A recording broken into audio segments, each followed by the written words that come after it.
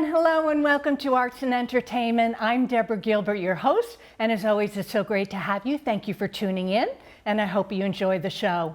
Well, we're going to highlight some wonderful people that I think that you'll enjoy getting to know. They're local, and I think that you'll really love getting to know this part of the shoreline of the state of Connecticut. And we're talking about Stephen Azzaro and also Marianne Barstow, and they have a show, or Stephen has a show called Tales and Tunes, Stories and Songs, which is Wednesday at 7 p.m. right here on this channel, and Tales and Tunes are songs that they will both talk about that they do together. And Marianne and Stephen, thank you so much for being here. It's a pleasure to have you. Thank you for inviting us. Thank you. And what I like to do, which we just talked about before we started taping, is introduce the guest to the viewer. So Marianne, why don't you take some time? Tell us about yourself. Sure.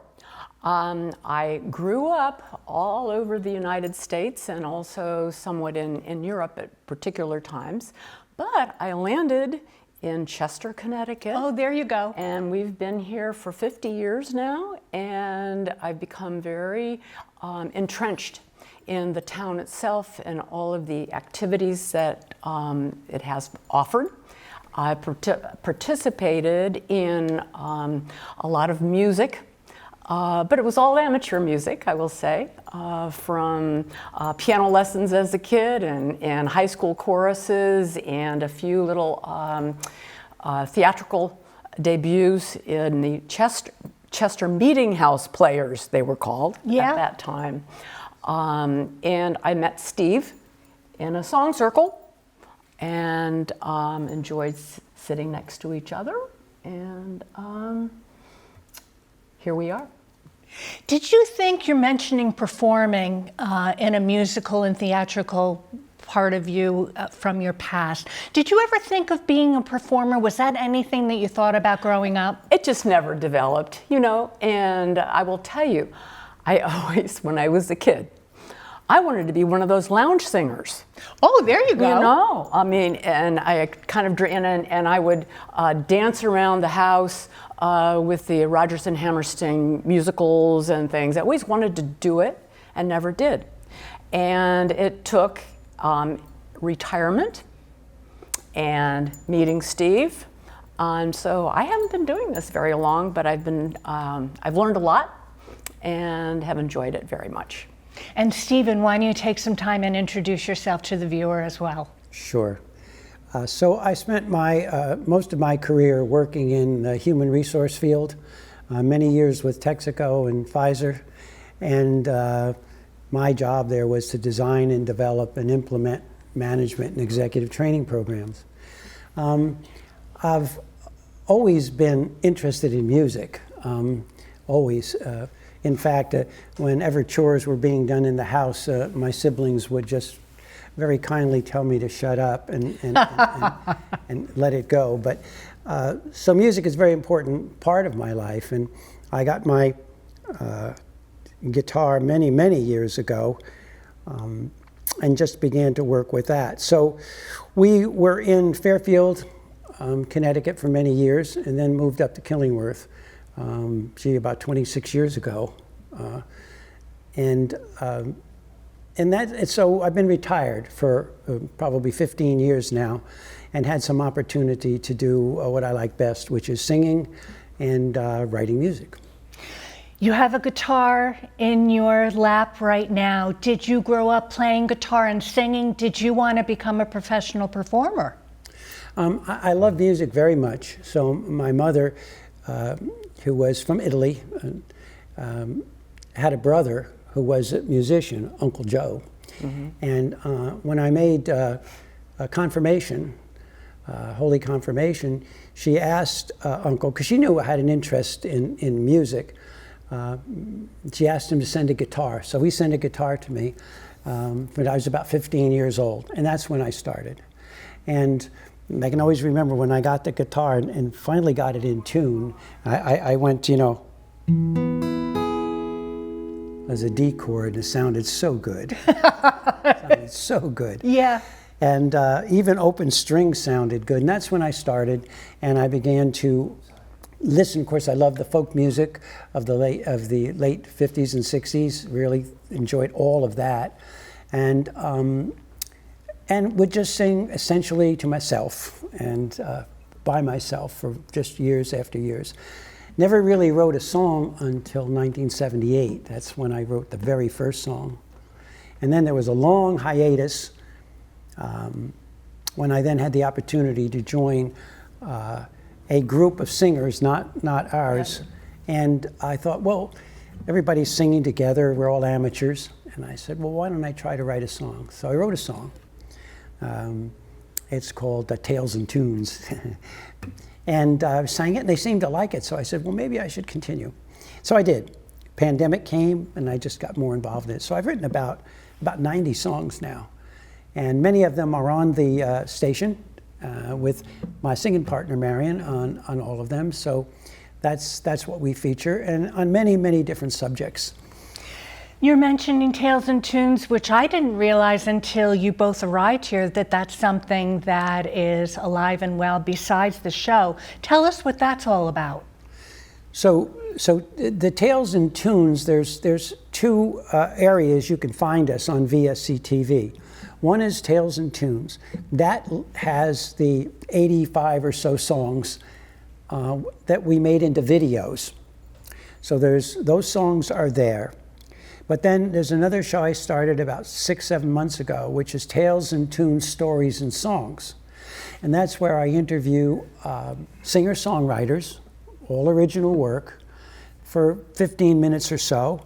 And then they have an opportunity to sing how many songs they can fit into 45 minutes. And then we produce those and put them on air. And I think we have about 7 of them now. In fact, I'm coming in tomorrow. Emily and I are going to work on the 8th show, which we just taped last Wednesday, with a wonderful singer, Liz Reed, which, by the way, is going to be at the festival. Yes, okay. That's the next thing that we want to talk about is the festival. Tell us what that's all about. So several years ago, I met a gentleman, Tom Feiner, who was interested in music. We met at the Kate. It was funny. And I suggested to him, because he was involved with Deer Lake, and well, why don't we do a music festival? He agreed. And we approached, he was one of the directors at the Deer Lake organization. So approached him, we said he would agree to doing it, and we set it up. And we did it. That was the first music festival 2 years ago. It went fairly well. At that one we had, I think, 19 performers. It went, the performers loved it. They loved being there out at that organization. We did it again last year, and we had, once again, 17 or 18 performers. This year we decided to change the venue. Yep. And Marion took the initiative for us to contact the people at the Historical Society to see if they would like to partner with us on the festival. So tell them a little bit about that, Mary. Well, first off, it's here on the screen. There you so go. we can see the date and the time and where it's located. So why don't you tell us out loud so that the viewer can know that? So it's called the Meeting House Music and Arts Festival. Why don't you continue? Yeah, absolutely. And it features, we have 14 different groups that will be playing 25 minutes each. Someone can come to this festival and pay $10 as a donation to the Chester Historical Society, because we're partnering with them. And you can come in and out of the beautiful Chester Meeting House with the most fabulous acoustics. Our performers are really looking forward to it. And anyone who has performed at the Chester Meeting House will adhere to it. They will say that. It's just, it's wonderful. It's a cute little venue. So we're very excited about the day. People can come and bring a picnic if they'd like, and there will also be artisans on the green. September. It says the 21st, noon to 7. Starting at noon. Okay, at the Chester, Connecticut Meeting House, so that you have something happening outside as well as inside? Absolutely. And that happens to also be the day that Chester Downtown has the Chester Market, the farmers market, which runs from 10 to 2, which lots One. of people, 10 to 1, thank you, that lots of people like to attend. So we're hoping you can come on down to the meeting house. And if you don't mind, we could do a little ditty about that. Yes, Okay. please. Which I wrote this little ditty about the Meeting House Music and Arts Festival 2025. Another example of his writing. Okay. Come one, come all to the Meeting House stage. Everyone's welcome, no matter your age. Over 200 years, and the stage will play songs from the heart on a fall September day. On Sunday the 21st, starting at noon, folks are gonna play and sing their tunes. Lots of music, art, and soulful songs at the Chester Meeting House. Won't you come along? At the Chester Meeting House, won't you come along?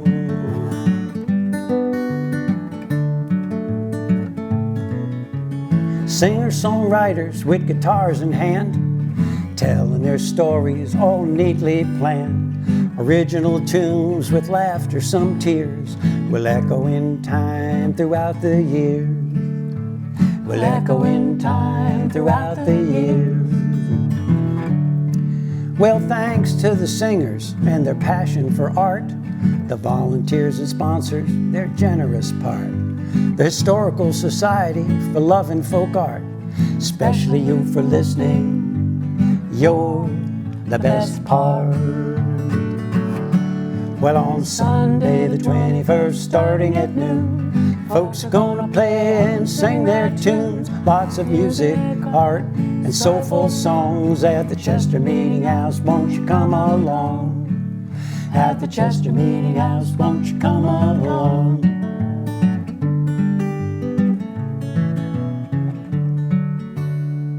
That's wonderful. Why don't we take a break and take a second, okay? Sure. Okay, I'm Deborah Gilbert. You're tuned into Arts and Entertainment. We're going to take a break and we'll be right back. Scammers steal the identity of a Connecticut business to target people across the country in a fake invoice scam. Better Business Bureau Scam Tracker received hundreds of reports about an email that appears to come from PayPal and states there's an unpaid invoice from Palomino Bazaar LLC for around $1,000. It instructs the recipient to call the number if they don't recognize the charge and also includes links to view or pay the bill. The owner of Palomino Bazaar in New Canaan says the vintage furniture resale business was inactive. She believes the password to the email address associated with the company was exposed in a data breach and says that it was a password shared with the business's PayPal account, an account she has since closed. Invoice and money request scams are one of the most common frauds associated with PayPal, according to the company's website. If you've encountered this scam, report it to BBB Scam Tracker, even if you haven't lost money, to warn others. BBB recommends business owners do regular searches of their business to inspect their online presence. Use reverse image search if you believe someone has taken pictures from your website. And report scams to bbb.org/scamtracker.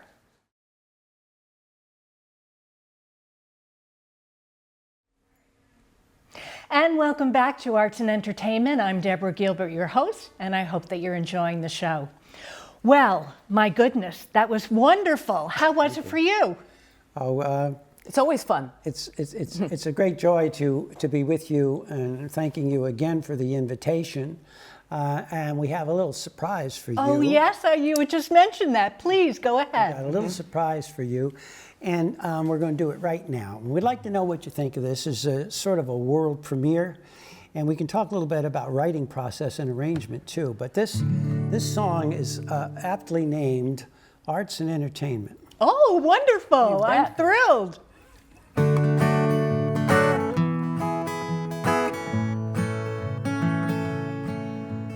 Tune into the cars, listen to the sound, where stories lift us up and meaning might be found. Imagination's highway, vision shining through, reflections of our spirit, and all that we could do, all that we could do. Arts and entertainment, its magic comes alive. Songs that tell of mysteries, our hearts they might revive. Building bridges, finding voices, shaping who we are. Together we'll explore it all.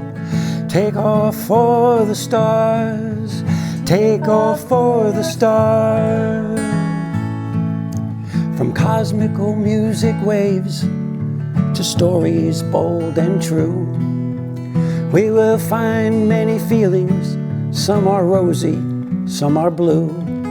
That nourishes our spirit and warms our heart to see many wonderful reflections of the artist who we might be.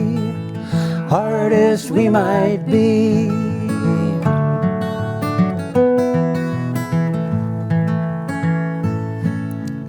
Arts and entertainment, it's magic on display.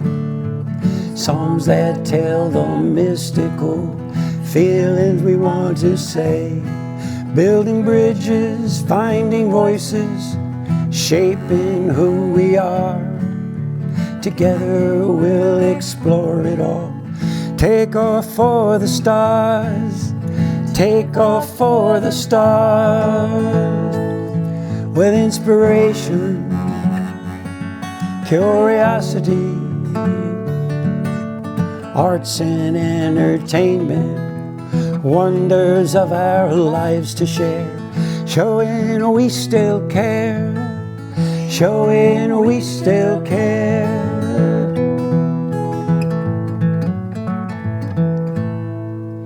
Wonderful. That's congratulations. That was great.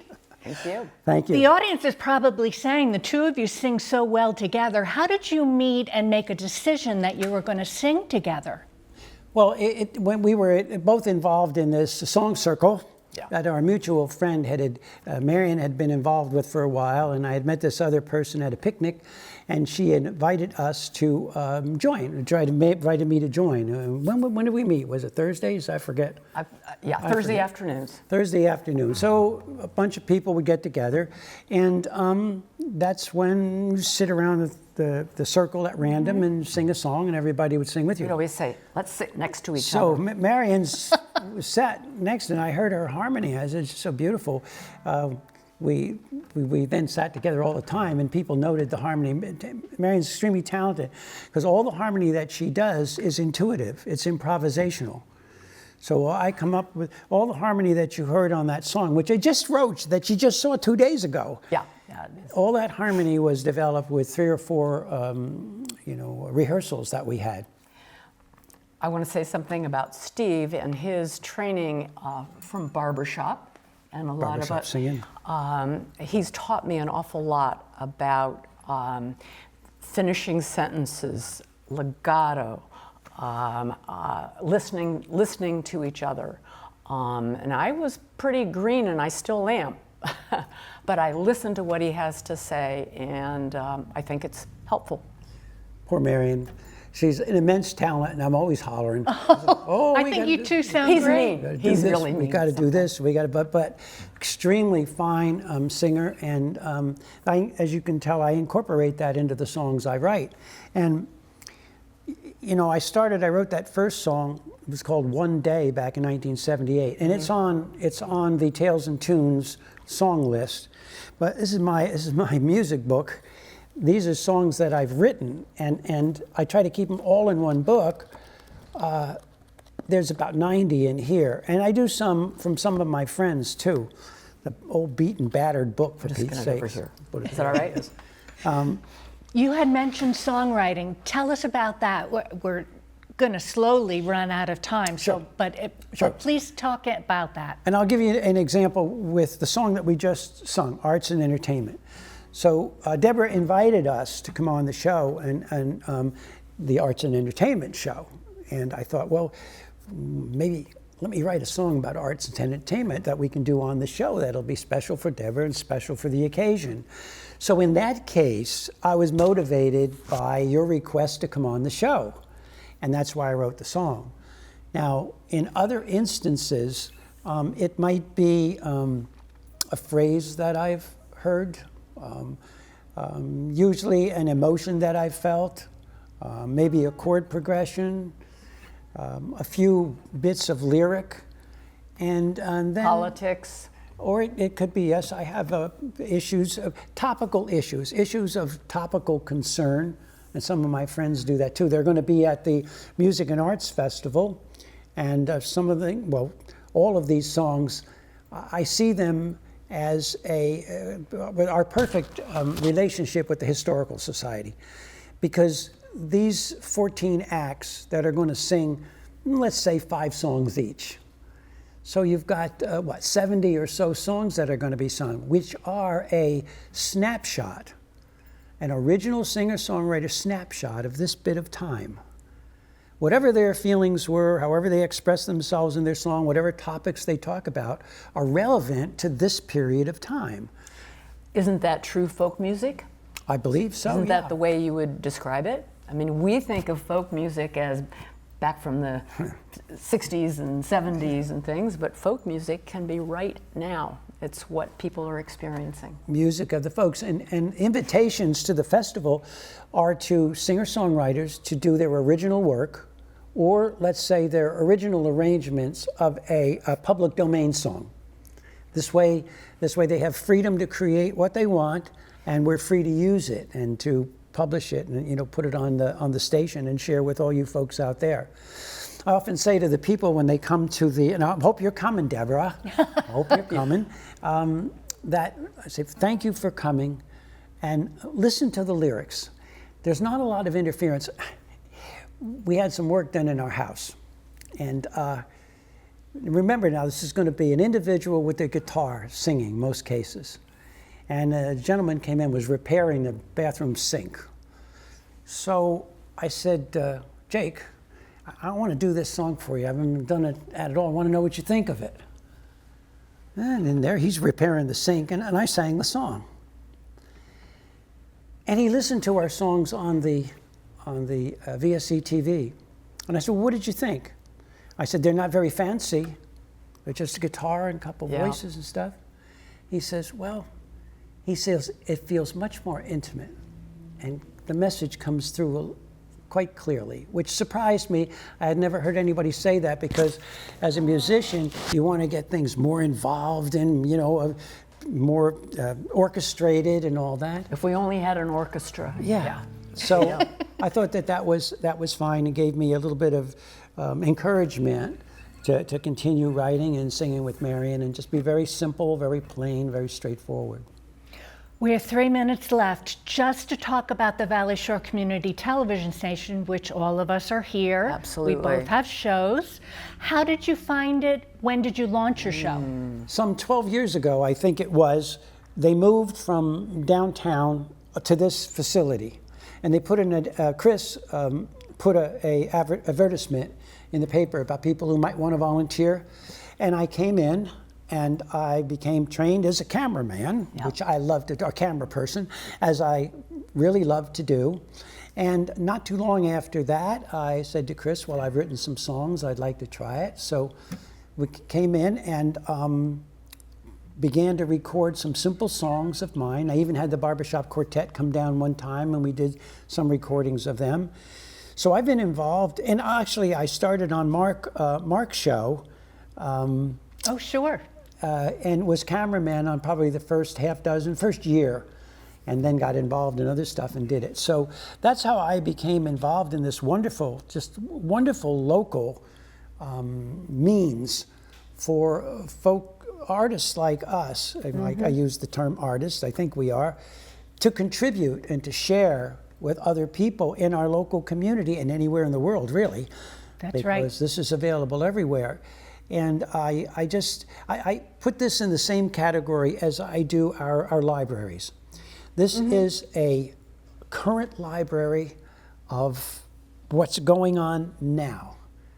Libraries are a little bit behind the times as the books come out, but this is now. And that's why it's so incredibly valuable to support VSC TV and to support all the local TV stations. Do what you can, because they're an extremely valuable source of independence, art, culture, as you've said, and free speech. Okay. Well, I want to thank you both so much for being here today. And Thank good you. luck with the festival that's Thank you, coming up. Thank you very much. It's a We're- pleasure to have you. Thank you for so inviting much. us. We're very Thank excited. I really Thank you. appreciate it. Thank you. Thank you for being here. It was wonderful. And I'm Deborah Gilbert. You tuned in to Arts and Entertainment. In case you need to reach me, I'm at artsandentertainment@mail.com. Well, I hope you have a super day today. I hope you've enjoyed the show. Thank you for tuning in, and I'll see you next time.